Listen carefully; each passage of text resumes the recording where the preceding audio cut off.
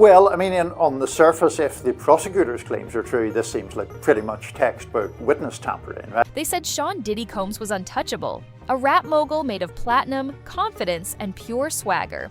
But on day 8 of his federal trafficking and racketeering trial, the shield of celebrity shimmered, then cracked. A judge demanded transparency for hundreds of sealed exhibits. Federal agents paraded memories of a Miami raid that sounded more like an action movie climax than a legal search warrant. A forensic psychologist mapped the bruises nobody sees. A surprise witness pleaded the fifth under the weight of secrets he refused to spill. And, hovering just outside the courtroom, a Grammy-winning rapper prepared to testify that his car literally detonated after a feud with the bad boy boss. If you think that sounds scripted, think again. It all happened before lunch. Today we're unpacking every twist without the courtroom's dry jargon, so you can follow the raw stakes, hidden motives, and potential fallout for hip-hop royalty. We'll glide from the docket fight that triggered a judge's icy stare straight to the sealed exhibit prosecutors, nicknamed the Powder Box. Each section will sprint forward, layering new details and raising bigger questions. Because in a trial where reputations hang by a thread, every revelation feels like a cliff edge. Ready? Let's dive. Vanishing evidence? The docket dispute. Federal trials run on paper. Thousands of pages filed, stamped, and archived for anyone with Wi-Fi and curiosity. Yet in United States v. Combs, reporters kept refreshing the public docket and finding nothing. Hundreds of exhibits were missing.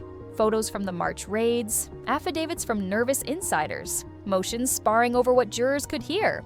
Enter Matthew Russell Lee, a trench-coated veteran of the Southern District press benches. Lee fired off a formal complaint, arguing the public had a right to inspect the same evidence the 12 jurors would weigh. Judge Marrero agreed. In a stern morning lecture, he reminded both prosecution and defense that sunlight is the cornerstone of justice. He set a 48-hour deadline for backlog uploads, effectively exposing any party stalling in darkness. Why hide exhibits at all? Defense attorneys muttered about privacy and incomplete redactions, while prosecutors insisted the delay was clerical. But courtroom whisperers suspected a deeper motive. Some documents might reveal graphic content, confidential informants, or text thread bombshells not yet shown to the jury.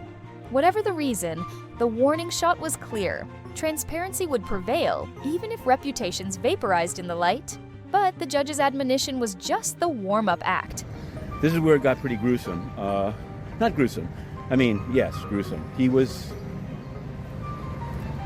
invited up and began to perform. But he stopped being able to perform once he saw the violence, he said. He was a kind of a compelling character in a way. Now, the defense chose to have Xavier Donaldson, who I like and know quite well. I mean, I cover him more than these other lawyers because he's on the CJA panel and represents many criminal defendants here in SDNY as appointed counsel. He's taken a kind of his first line of attack was to try to say that the male escort or exotic dancing firm of Mr. Phillip games SEO, so he must be a fraudster. That's not really going far. He didn't finish his cross, and it's going to begin today. And we're coming up on the courthouse. You're going to see the madness in front. So we'll see what he does. And today is going to be the day. Special Agent Ryan Gannon of Homeland Security Investigations stepped back to the witness stand. A broad-shouldered officer with a service academy jawline and the calm cadence of someone trained to recount chaos. He'd led the March 25th multi-agency raid on Diddy's Star Island estate, a waterfront dream home turned crime scene labyrinth. Gannon's testimony read like a shopping list for a dystopian video shoot. Designer heels and adult accessories stacked in a hidden alcove behind the master closet's mirrored wall. 3 smartphones tucked inside a single snakeskin boot. Locked, encrypted, and allegedly humming with years of messages. 1 Gucci satchel branded with gold letters, holding a plastic bottle coated in trace meth, Hawks MDMA, pills stamped with Tesla-style teas that tested positive for alprazolam, and a $100 bill dusted in cocaine residue. A dark wood box etched Puffy, containing 31 tubes of Astroglide and 25 travel-size baby oil bottles, items prosecutors framed as facilitators of the broader trafficking enterprise. For the jury, photos of each item flashed on twin monitors, but the gallery gasped loudest when a weapons rack emerged. Gannon described an AR-style .45 pistol, its matte finish nestled in a suede-lined suitcase next to extra mags. The defense seethed.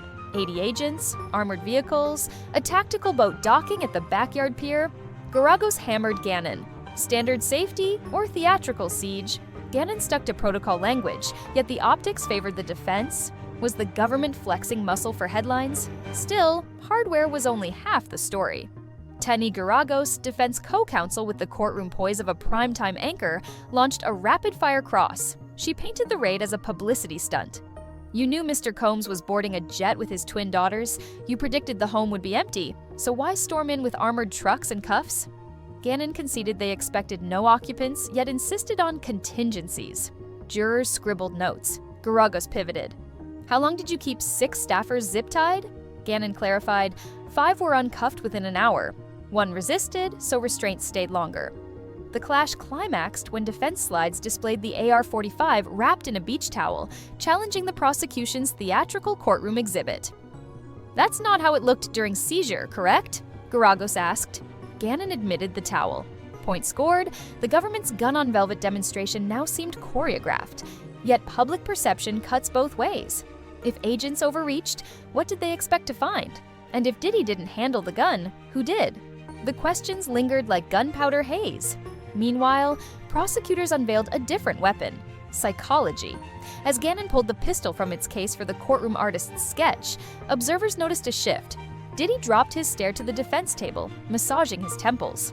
The man once crowned king of the remix looked momentarily remixless. Was it the gun, the intimate paraphernalia, or the weight of 50-plus bottles that threatened to redefine his public image from party impresario to predator boss? Nobody knows, because the defendant said nothing. But the visual went viral by lunch, sketched, tweeted, analyzed. Judge Marrero signaled the transition. With evidence still swirling on projector screens, he nodded to the prosecution. Next witness?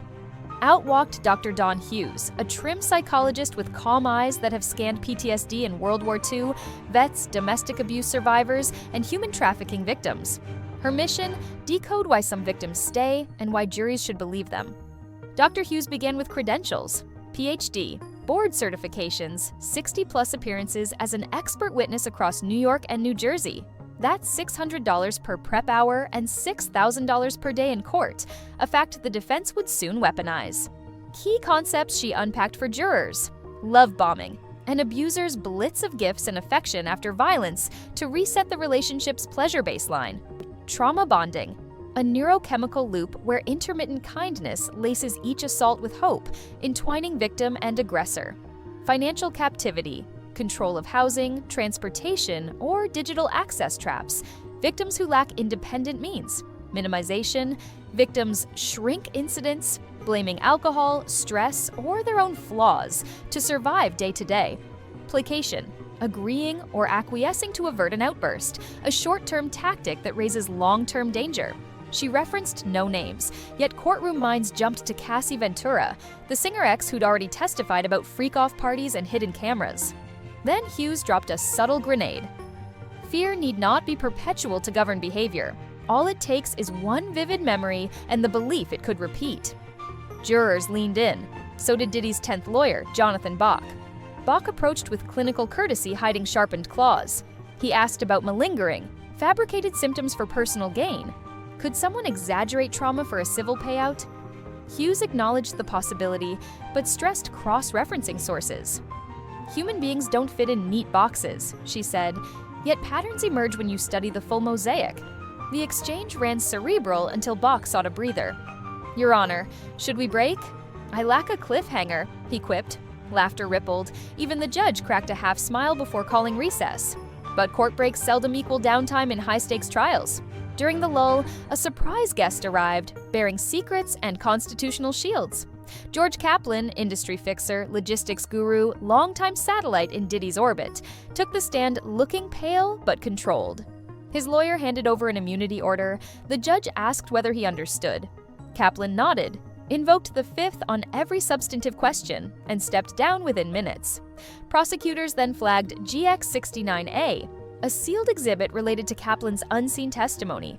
Rumors erupted like kettle steam. Encrypted ledgers, jet manifests, security cam footage from a panic vault in the LA mansion.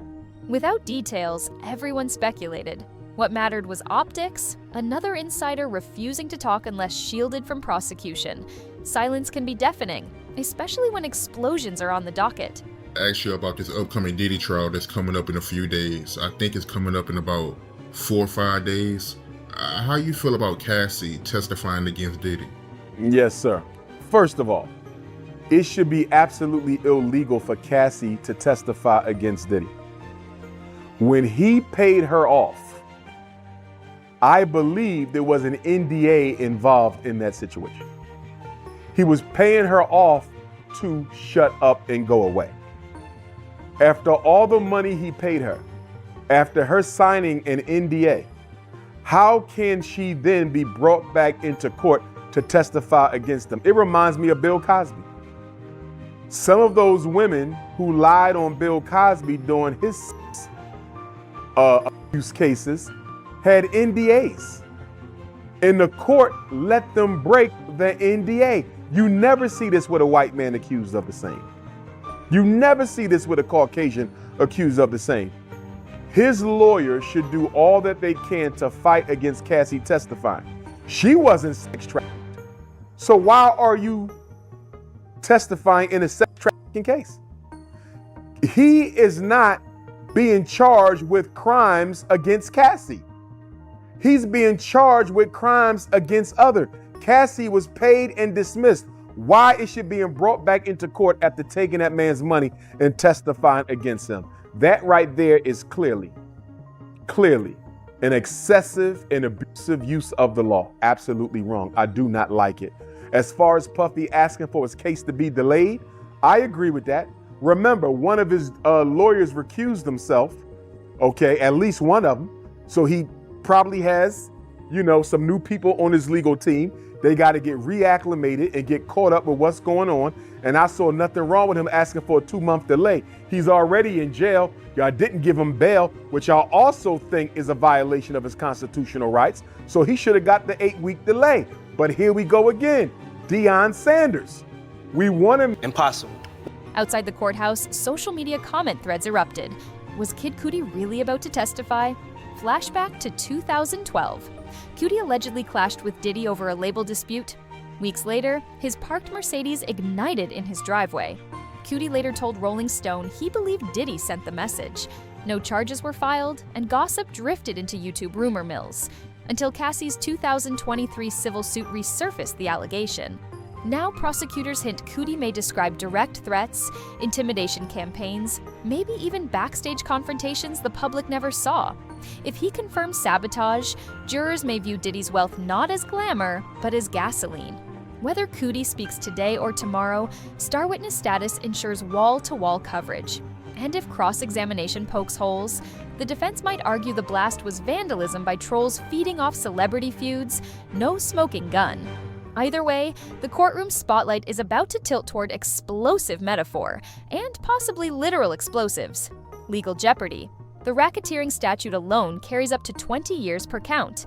Trafficking screws on additional decades. Mandatory minimums lurk. For a 55-year-old mogul, even a mid-range sentence could equal life behind bars.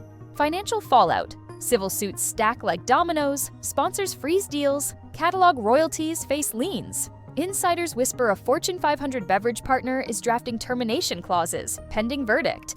Cultural aftershocks. Hip-hop once rallied behind label loyalty, but Gen Z fans weigh ethics differently. Streaming boycotts trend in hours, not months. If enough listeners yank Diddy-produced playlists, the empire's revenue could hemorrhage faster than any courtroom fine. Personal legacy. From Mo Money, Mo Problems to Love, the brand arc relied on transformation. A conviction pins any rebrand to the criminal record, rewriting every chart-topping triumph as prelude to downfall. In short, the stakes outrun celebrity. They define whether an era of music iconography ends in platinum triangles or iron bars. Day 8 rang like a starter's pistol for the trial's second act. A judge demanded sunlight, a federal agent replayed the raid, counsel brawled over tactics, a psychologist traced invisible wounds, a silent insider clutched the fifth, and Kid Cudi's shadow stretched down Worth Street, promising fireworks of his own. Did Diddy break down? Cameras can't confirm, but sketches and witness whispers caught a mogul momentarily bowed under evidence, memory, and the hush of a courtroom that no remix can drown. Tomorrow's testimony could elevate that bow to a break, or spark a surprise comeback if the defense lands narrative body blows.